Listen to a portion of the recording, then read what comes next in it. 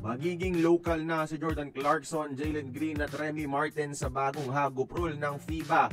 Pero si Justin Brownlee QMB, pagbabawalan na sa gilas sa bagong batas din. Tara kwentuhan! Marami ang hindi abot ang tuwa ngayon sa bagong kriteriya ng FIBA na itaas sa 18 years old ang requirement mula sa 16 bago makakuha ng passport para makakuha ng local status. Pero may isang bagong batas din na di pabor sa gilas na ayaw pag-usapan ng mga content creators dito sa atin. Mamaya na ang bad news mga idol. Maganda nga naman talaga yung bagong rule ng FIBA dahil si Jordan Clarkson posibleng maging local na kung makapakita siya ng proof na before 18 may passport na siya. Si Remy Martin at Jalen Green alam kong magiging sure eligible na maging local dahil nakuha nila ang kanilang Philippine passport sa edad na 16 to 17 mga idol. Same rin itong si KBL MVP Ethan Alvano at yung Harper brothers sa NBA mga idol. Katulad din nila, over 16 before 17 nakakuha ng passport. Si Boogie Ellis parang sure na rin base sa mga ulat dati. Before 18 nagka-passport. Meaning, magkakaroon tayo ng malakas na pagpipilian sa lineup natin para sa 2027 FIBA World Cup mga idol. Salamat sa bagong rule na ito. Good news talaga.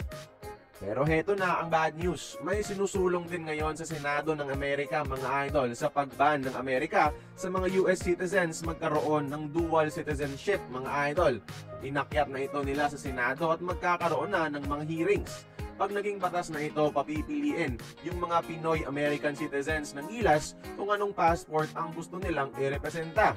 At syempre, i-honor ito ng FIBA. Siyempre sa JB at si Boatwright na naturalized Filipino, mas pipiliin yung kanilang bansang pinagmulan mga idol.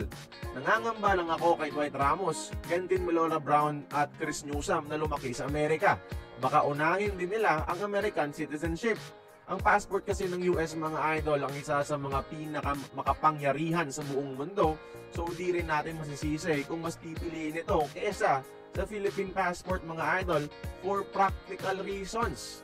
At yung mga magiging bagong FIBA locals natin sa bagong FIBA rule, kagaya ni na Jordan Clarkson, Harper brothers, Ethan Alvano, Remy Martin, Boogie Ellis at si Jalen Green, nangangamba rin ako na mas pipiliin nila yung kanilang American citizenship.